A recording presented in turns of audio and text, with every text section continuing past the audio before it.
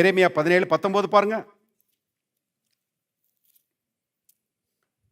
மன்னித்துக் கொள்ளுங்கள், எரேமியா 17:9.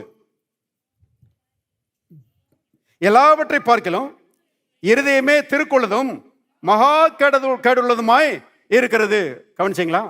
எல்லாவற்றை பார்க்கலாம் இருதயமே திருக்குள்ளதும் மகா கேடுள்ளதுமாய் இருக்கிறது. இருதயம் கெட்டு போச்சு.